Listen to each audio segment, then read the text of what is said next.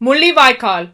The final few days of the war in Sri Lanka saw the massacre and dehumanization of tens of thousands of Tamils.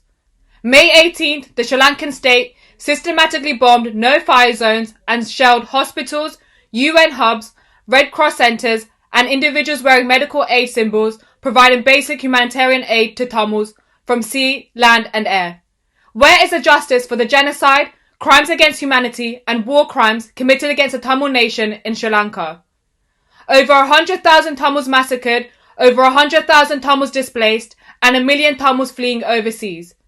14 years later, in the year 2023, the genocide and cycle of violence against Tamils continues in their homeland of the north and east of Sri Lanka. The justice for Tamils lies within the hands of the international community to hold the Sri Lankan state accountable for the atrocity crimes committed against Tamils.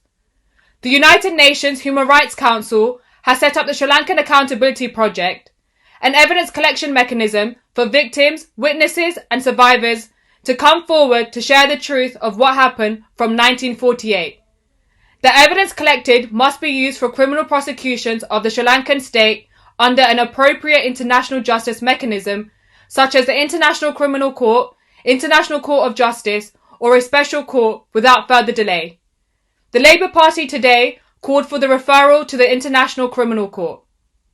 This UK government has failed the Tamil citizens in the UK and in Sri Lanka, especially as the leader of the core group at the UNHRC. The UK has failed to sanction Sri Lankan perpetrators. Is trade more important than human rights to the UK government? What is stopping the UK government from sanctioning perpetrators identified by the United Nations? The US and Canada have sanctioned Sri Lankan perpetrators, including 2 ex-presidents, on the grounds of gross and systematic violations of human rights. The UK government must immediately sanction Sri Lankan perpetrators under the Global Human Rights Sanctions UK and apply universal jurisdiction. I urge every citizen of this country and globally, whether you are Tamil or not, to write to your local MPs and councillors for the justice of Tamils. The Sri Lankan state is the perpetrator and the international community has the responsibility to hold this genocidal state to account.